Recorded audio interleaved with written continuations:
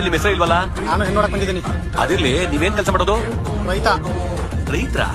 ನಾವ್ ರೈತರಿಗೆಲ್ಲ ಹೆಣ್ ಕೊಡಲ್ಲ. ಯಾಕೆ ಕೊಡಲ್ಲ? ಯಾಕೆ ಕೊಡ್ಬೇಕು? ಎಷ್ಟು ಸಂಪಾದನೆ ಮಾಡಿದ್ರ ತಿಂಗಳಲ್ಲಿ? 15,000. ಅದು ನನ್ನ ಮಗಳಿಗೆ ಬ್ಯೂಟಿ ಪಾರ್ಲರ್ಗೆ ಸಾಲಲ್ಲ.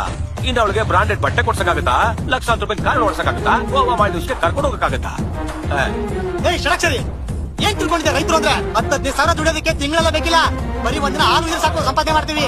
ಲಕ್ಷ ಬಾಳ ಎತ್ತುಗಳನ್ನ ಮನೆ ಮುಂದೆ ಕಟ್ಟಾಕೋ ನಮ್ಗೆ ಕಾರ್ ತೊಗೊಳ್ಳೋ ದೊಡ್ಡ ವಿಷಯ ಅಲ್ಲ. ಒಳ್ಳೆ ಆಗುತ್ತೆ ಅಂತ ಹಳೆ ಬಟ್ಟೆ ಕೊಂಡು ಕೆಲಸ ಮಾಡ್ತೇವೆ ಹೊರತು ಬ್ರ್ಯಾಂಡ್ ಬಗ್ಗೆ ಗೊತ್ತಿಲ್ಲ ಅಂತಲ್ಲ. ಹೌದಾ? ಗೋವಾ ಮಾಲ್ಡೀವ್ಸ್ ಕರ್ಕೊಂಬಾರ ಇಡೀ ಫ್ಯಾಮಿಲಿನ. ನಿಯಾಮಿ ಕರ್ಕೊಂಡು ಪ್ರೈವೇಟ್ ಆಗಿ ಪಾರ್ಟಿ ಮಾಡ್ತೀನಿ. ಬಂದ್ಬಿಟ್ಟ ತಿಳ್ಕೊಳ್ಳದೆ ಮಾತಾಡಕ್ಕೆ. ರಾತ್ರಿ ಹಗಲು ಬಿಸಿಲು ಒಂದೇ ನೀವೇ ಕಷ್ಟಪಟ್ಟು ದುಡಿತೀರಾ, ಇನ್ನು ನನ್ನ ಮಗಳನ್ನ ಸುಖವಾಗಿ ನೋಡ್ಕೋತೀನಿ. ನಾವು ರೈತರು ರಾತ್ರಿ ಹಗಲು ಮಳೆ ಅಂದಂಗೆ ಕೆಲಸ ಮಾಡೋದು ನಮಗೆ 4 ಜನ ಹೊಟ್ಟೆ ತುಂಬಾ ತಿಂದು ನಿಮ್ದೇ ಬದುಕಿ ಅಂತ.